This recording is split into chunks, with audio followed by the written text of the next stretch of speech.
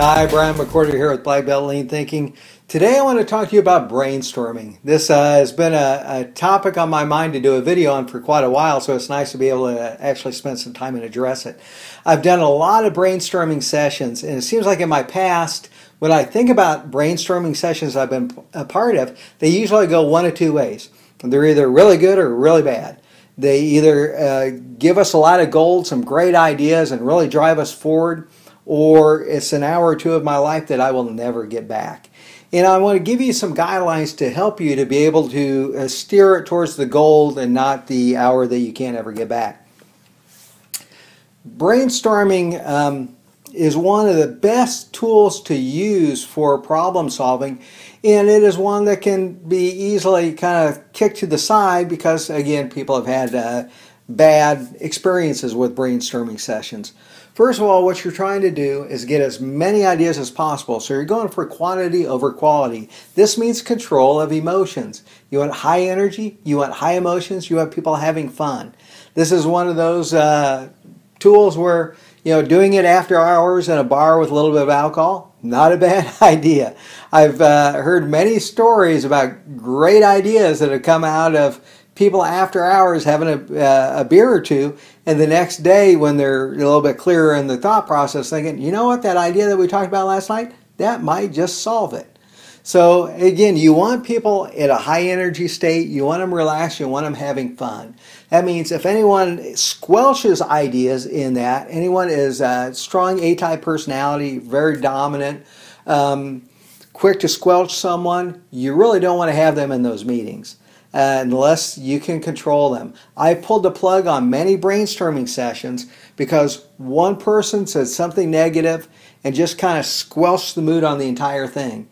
I find a way to gracefully shut it down and then talk to that person afterwards and then go after it again, a day or two later.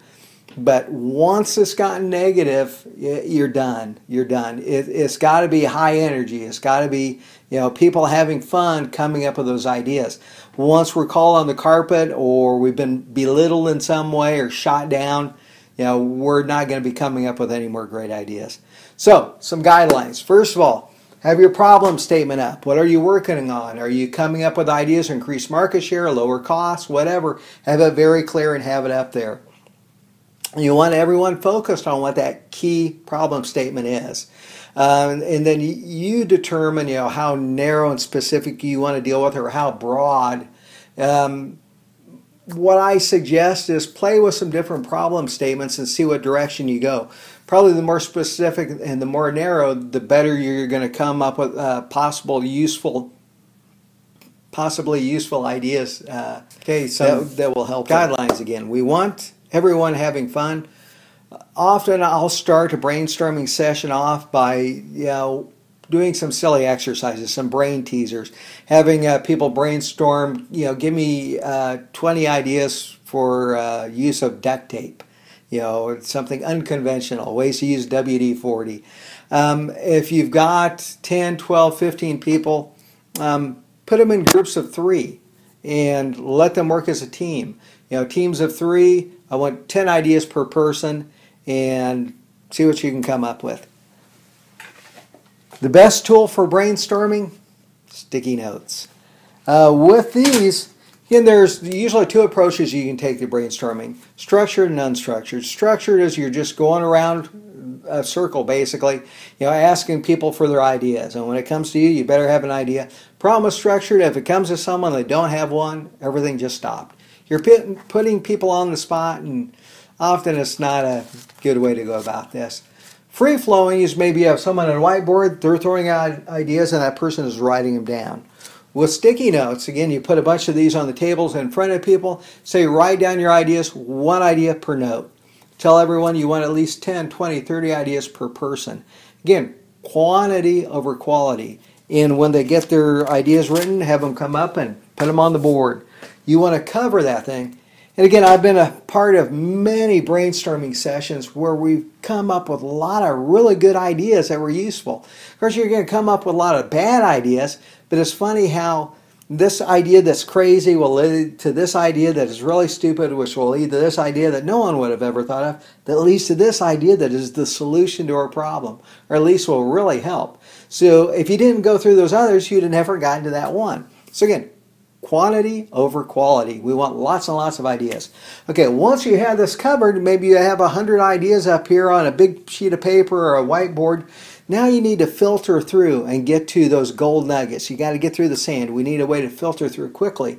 One of the best ways I've seen to do that is give everybody a marker and tell them they have 5 votes. They can spend those votes any way they want. If there's one note up there with an idea on it there that they really support or really behind, they can give it all 5 of their votes. That means I used all 5 of my votes on that idea and I can't vote on anything else. But by golly, that one might end up being number 1. I can put 2 votes on one and then put 1 on 3 others, however I want. I've got 5 votes. I can use them any way I want. Once that's done, again, all these ideas you probably want to capture. Usually I'll save everything, but the ones that have absolutely no votes on them, I'll pull off and set them to the side. Then you make your list with the ones with the highest votes first and taking it down. Again, I've been part of a lot of brainstorming sessions where we've come up with some really good ideas by following that.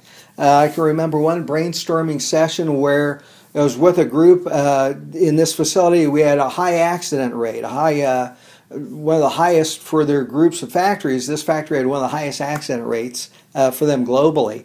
And the management team, when they heard about this, set up a brainstorming session. Now this was a good group where we didn't have any dominant personality types, no one that would squelch, and we had a lot of actually very encouraging people in it, which was awesome. So people felt very comfortable coming up with ideas. And in that brainstorming session, we came up with probably 30 to 40 ideas where several of them were able to actually implement almost immediately.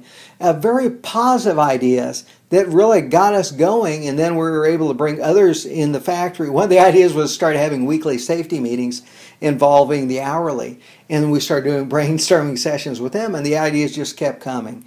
So we ended up having to create a database and a way to capture and use these ideas because they were coming faster than we could really handle managing them.